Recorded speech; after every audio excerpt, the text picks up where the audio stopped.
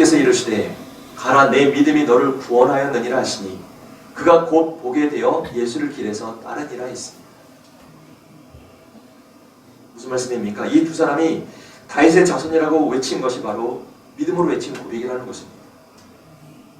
성도 여러분, 오늘 성경에 나오는 두 시각장애인만이 아니라 오늘 우리도 살다 보면 내가 어찌할 수 없는 인생의 각종 장애물들을 만날 때가 있습니다. 그럴 때 우리는 그 장애물들로 인하여 넘어지는 자가 되어서는 안 됩니다. 그 순간 우리는 내 자신의 무능력을 겸손하게 인정하고 내 인생의 장애를 해결해 주실 분이 오직 예수님이라는 사실을 믿으며 주님을 새롭게 만나는 기회로 삼는 우리가 되어야 할 줄로 믿습니다.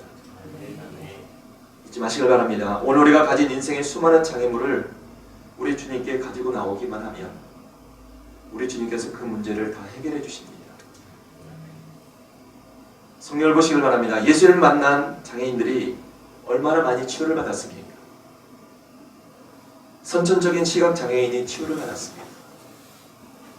간질병을 앓던 자가 치유를 받았습니다.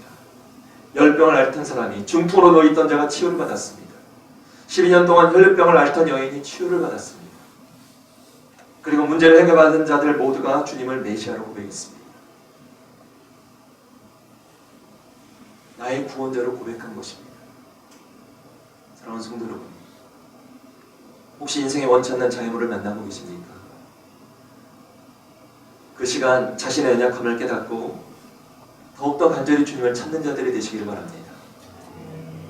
그리고 주님의 긍휼의 은혜를 통해 인생의 모든 문제들을 다 해결받으시고 우리의 문제를 모두 해결해 주시는 참되신 주님을 구주로 고백하며 그네를 찬양으로 영광 돌리며 살아가는 복된 믿음의 성도들이 다 되시기를 주님의 이름으로 축원합니다.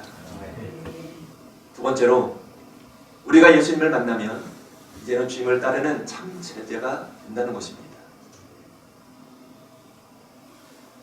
오늘 본문에 나오는 두 명의 시각장애인들은 예수님 앞으로 나와 자신들을 불쌍히 여겨달라고 간구했습니다.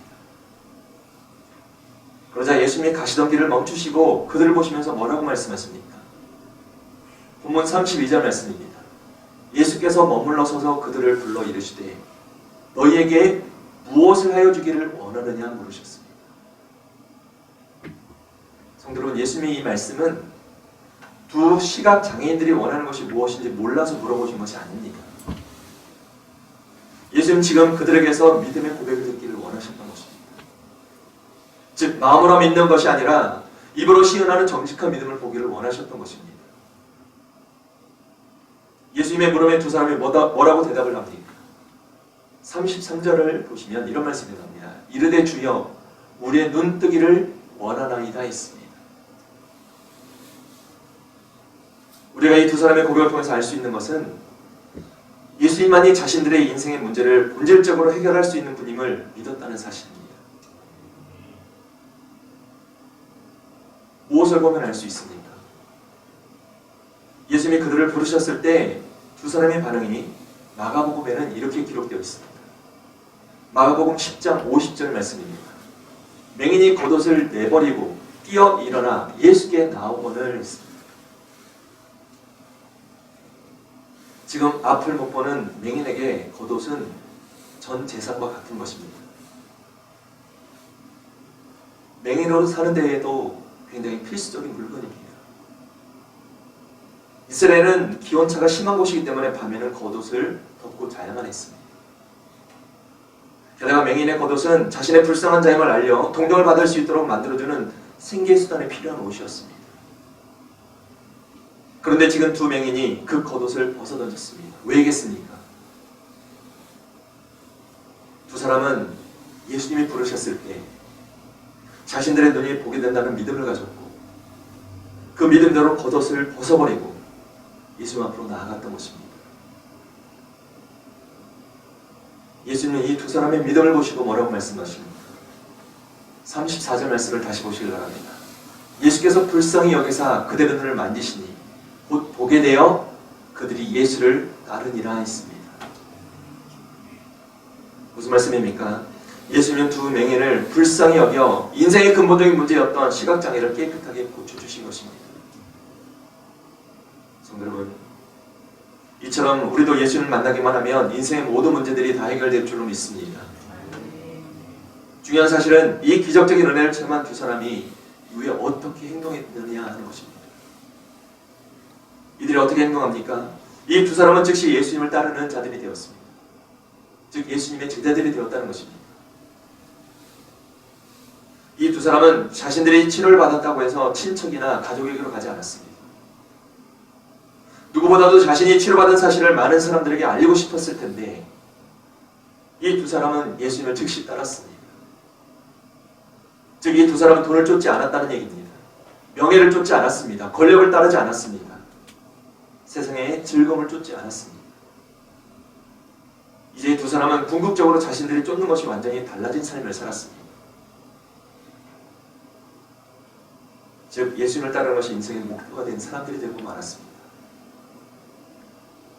그렇게 오늘 본문에 나오는 이 두 시각장애인들은 예수님을 만나 인생의 문제를 다 해결받고 예수님을 따르는 제자들이 되었습니다. 성도 여러분, 오늘 우리가 잊지 말아야 할 것은 오늘 우리도 예수님을 따르는 주님의 참 제자들이라는 사실입니다. 그렇다면 우리가 예수님을 따르는 참 제자로서 어떤 삶을 살아야 할까요? 우리가 예수님을 따르는 참된 제자라고 한다면 세 가지를 기억해야만 합니다. 첫째, 청직이라는 사실을 인정하며 살아야만 합니다. 사실 교회 다니는 성도들이라고 한다면 내가 가지고 있는 모든 것이 다 하나님의 것이라는 보편적인 인식을 가지고 있습니다. 그런데 문제는 정말로 모든 것이 다 하나님의 것이라고 믿고 그렇게 살아가고 있느냐 하는 것입니다.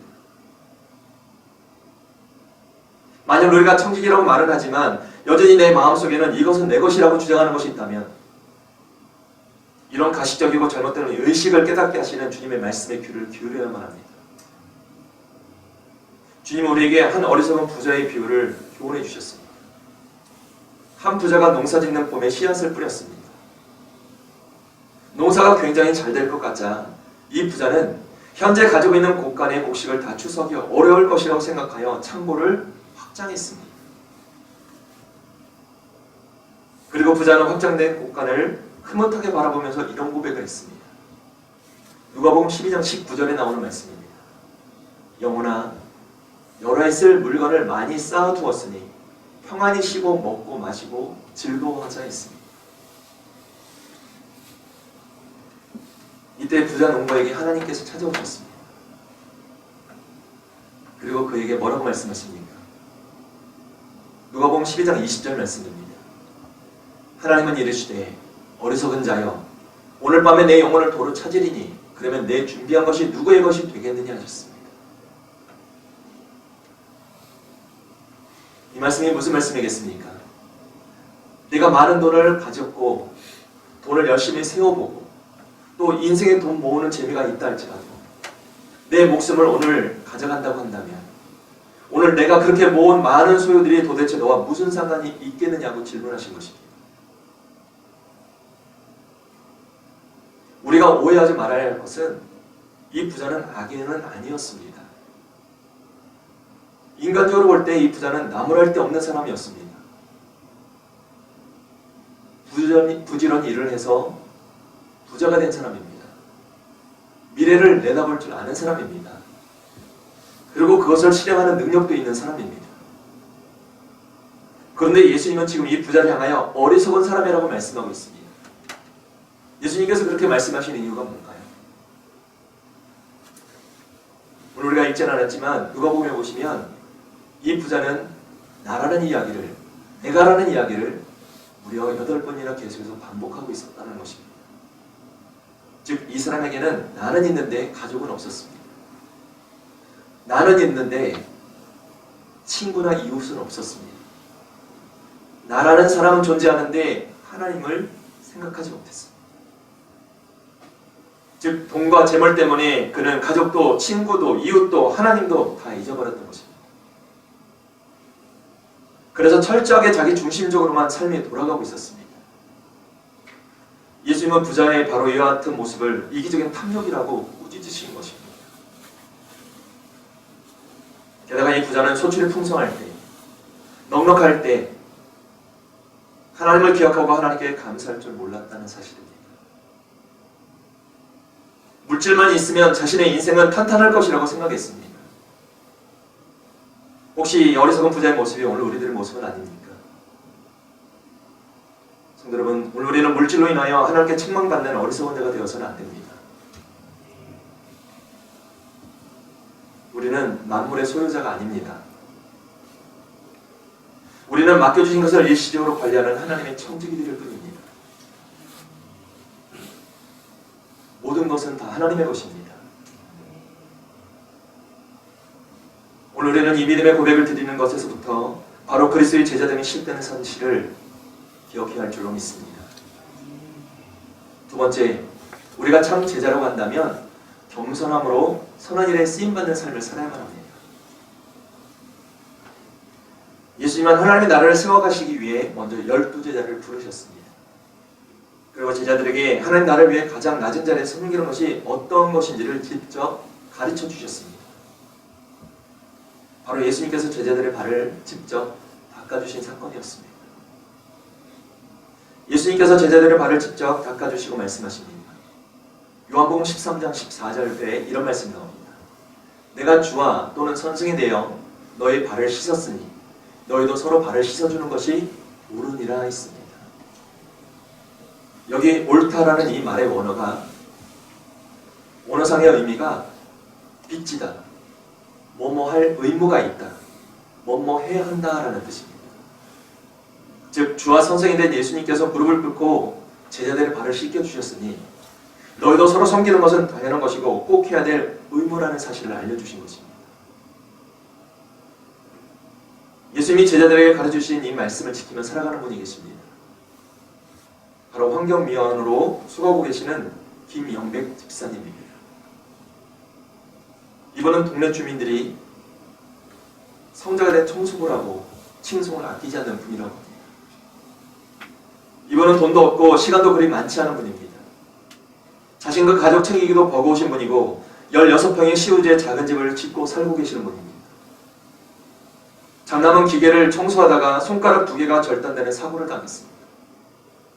촉망받던 실업축구 선수였던 차남은 연습 도중에 허리를 다쳐 수술을 받고 계속해서 투병 생활을 하고 있다고 합니다. 아마 보통 사람들 같으면 하나님을 원망하고 좌절했을지도 모릅니다. 그러나 김 집사님은 환경미화원으로서의 공적인 업무가 비는 아침과 저녁 하루 2차례에 산꼭대기에 있는 자신의 집에서 손수레를 끌고 나와 그 일대 집집마다 찾아다니며 파지와 병, 빈 깡통, 그 같은 재활용품을 수입하신다고 합니다.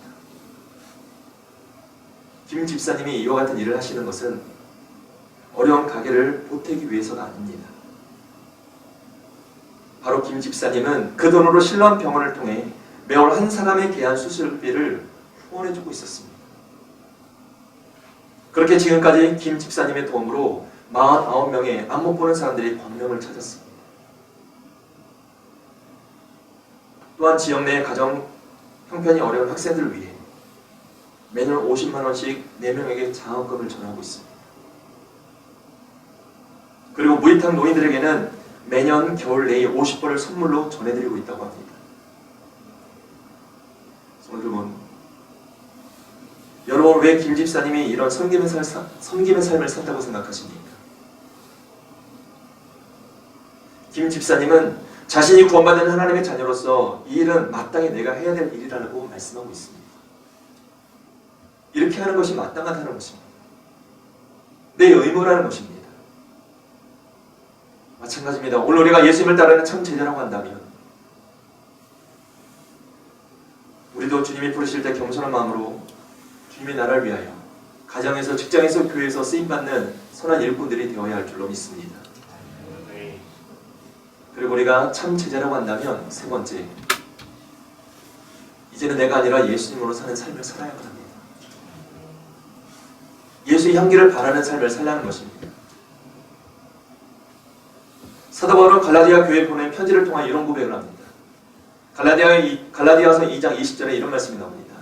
내가 그리스도와 함께 십자가에 못 박혔나니 그런즉 이제는 내가 사는 것이 아니요 오직 내 안에 그리스도께서 사시는 것이라 했습니다.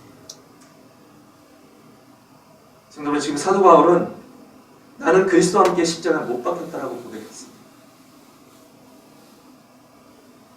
바울은 이와 비슷한 말을 한 적이 있습니다. 갈라디아서 5장 24절 말씀입니다. 그리스도 예수의 사람들은 육체와 함께 그 정욕과 탐심을 십자가에 못 박았느니라 했습니다. 즉 그리스도인은 육체와 함께 정욕과 탐심을 십자가에 못 박아야 한다는 것입니다. 그리고 어떻게 살아야 한다는 것입니까? 오직 내 안에 예수 그리스도께서 사시는 삶을 살아야 한다는 것입니다. 이 말이 무슨 말인가 하면 내 안에 내가 살면 육체의 탐욕과 정욕과의 싸움에서 승리할 수 없지만 내 안에 계시는 예수님으로 살게 될 때 예수님의 능력으로 탐욕과 정욕을 이기는 삶을 살게 된다는 것입니다. 즉 이제 삶의 주체가 나에게서 예수 그리스도로 바뀌게 되면 세상과의 싸움에서 당당히 승리하는 삶을 살 수 있게 된다는 것입니다. 죄에 더 이상 넘어지지 않게 된다는 것입니다. 골리앗 앞에 섰던 다윗이, 공회원들 앞에 섰던 사도 바울이, 그리고 오늘 본문에 나오는 두 명의 시각장애인들이 그 사실을 우리들에게 알려주고 있는 것입니다.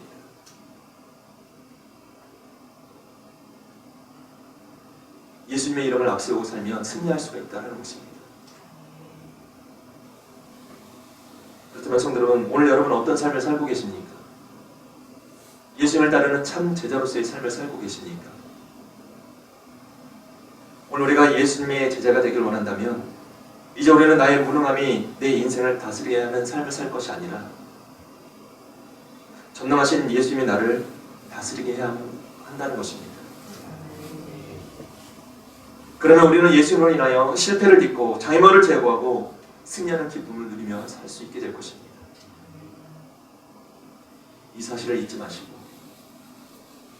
인생의 어려운 문제 때문에 또는 장애물들 때문에 예수님을 떠나거나 신앙의 회의감에 빠져 살지 마시고 오히려 장애물 때문에 더욱 주님 앞으로 나아가 주님께서 주시는 놀라운 은혜를 체험하시고 내 인생의 주인 되시는 주님 한 분만을 따르며 살기로 결단하며 살아가는 하나님의 거룩한 믿음의 백성들 되시기를 주님의 이름으로 축원합니다. 말씀을 맺겠습니다. 성도 여러분, 혹시 인생을 힘겹게 살아가야 하는 커다란 장애물들을 만나고 계십니까? 그것이 물질적인 장애물이거나 또는 정신적인 장애물 혹은 육체적인 장애물이라 할지라도 우리는 그 장애물로 인하여 낙심할 것이 아니라 우리 주님 앞으로 나와 부르짖어 기도하는 믿음의 성도들이 되어야 할 줄로 믿습니다. 왜겠습니까? 우리 주님은 구하는 자마다 찾는 자마다 그리고 문을 두드리는 자마다 필요한 것을 주시고 찾게 하시고 열어주시는 놀라운 은혜를 우리에게 허락해 주시기 때문입니다. 이 사실을 잊지 마시고 오늘 우리 앞에 놓여있는 인생의 어려운 장애물들 앞에 낙심하지 마시길 바랍니다. 이제는 주님의 사랑과 은혜로 모든 장애물들을 다 극복하시고 주님의 부르심 앞에 아름답게 쓰임받는 사명자로 오늘도 주님을 기쁨으로 따라가는 주님의 참된 제자들인 하나님의 거룩한 믿음의 백성들인 저와 여러분 모두가 되시기를 주님의 이름으로 축원합니다. 기도하겠습니다. 사랑과 은혜의 아버지 하나님, 오늘 우리 인생 앞에도 나타나는 수많은 장애물들로 인하여 우리가 낙심하고 두려워하고 떨 때가 있음을 고백합니다.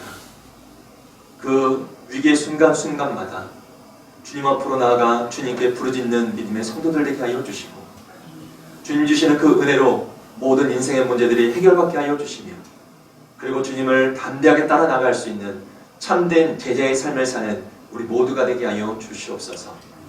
그렇게 오늘도 예수님을 만나 그 놀라운 회복의 축복을 누리는 믿음의 성도들 되게 하여 주심을 믿사오며 사랑이 많으신 예수님의 이름으로 기도하옵나이다. 아멘. 찬송가 216장 1절 4절 찬양 드리시면서 준비하신 예물 드리겠습니다.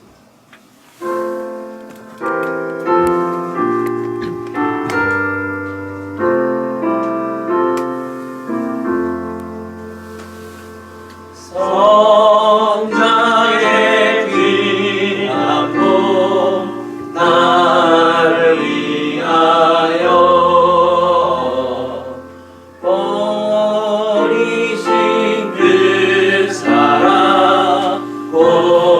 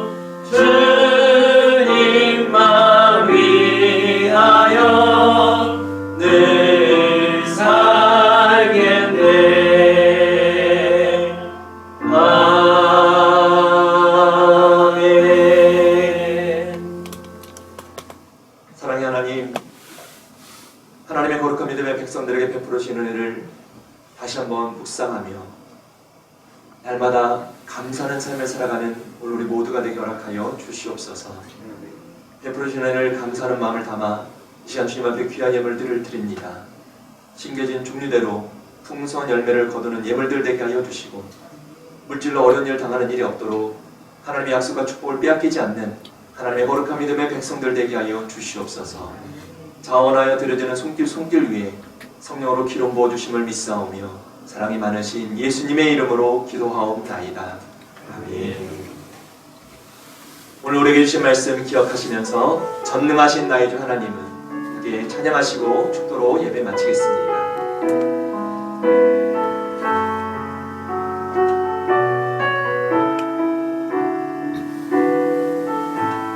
전능하신 나의 주, 전능하신 나의 주 하나님은 능치 못하실 일 전혀 없네. 우리의 모든 간구도 우리의 모든 생각도 우리의 모든 꿈과 모든 소망도 신실하신 나의 주 하나님은 우리의 모든 괴로움 바꿀 수 있네. 불가능한 일 행하시고 죽은 자를 일으키시니 그를 이길 자 아무도 없네. 주의 말씀을 의지하여 깊은 곳에 금을 던져 오늘 그가 놀라운 일을 이루시는 것 보라. 주의 말씀을 의지하여 믿음으로 금을 던져 믿는 자에게 능치 못함 없네.